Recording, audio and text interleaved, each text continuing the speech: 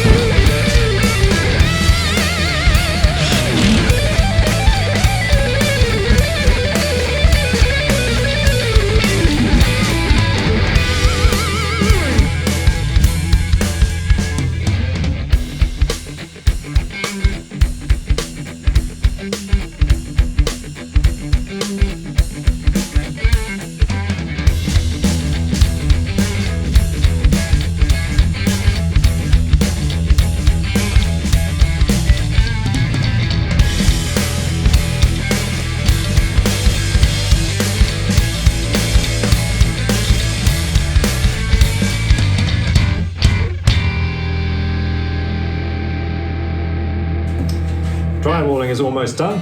We didn't get enough time to do the electrical cabinet last night, so Steve is going to finish that up today whilst the plasterers focus on the ceiling. I'm back doing my favourite thing, digging. This time I'll be outside the building making an underground base for Steve to live in. This will be our rear soakaway and will feed all the stormwater from the guttering into pipes running under the patio to Steve's base. Sorry, Steve. I'll give the same treatment to the front of the building, digging a deep hole and a channel leading to it, which we will install our pipes to. We're going to fill the holes with a bunch of old pavers and roof tiles because we're cheap. Because we need to dig out a substantial amount of earth at the front to get level with the entrance to the building, we'll need some vertical posts to keep the surrounding earth in place, and we're probably going to use sleepers for that. Once the pipes are in on both sides, we'll level off the ground to get our hardcore in ready for paving.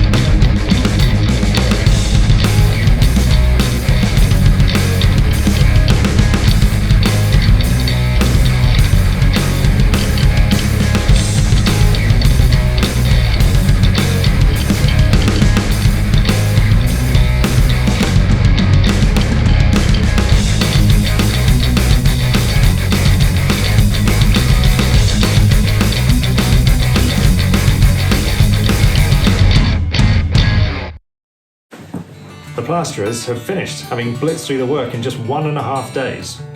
We're still outside as we can't decorate until the plaster is totally dry, which won't be until next week. So we have an ambitious goal: 2 patios, 2 days.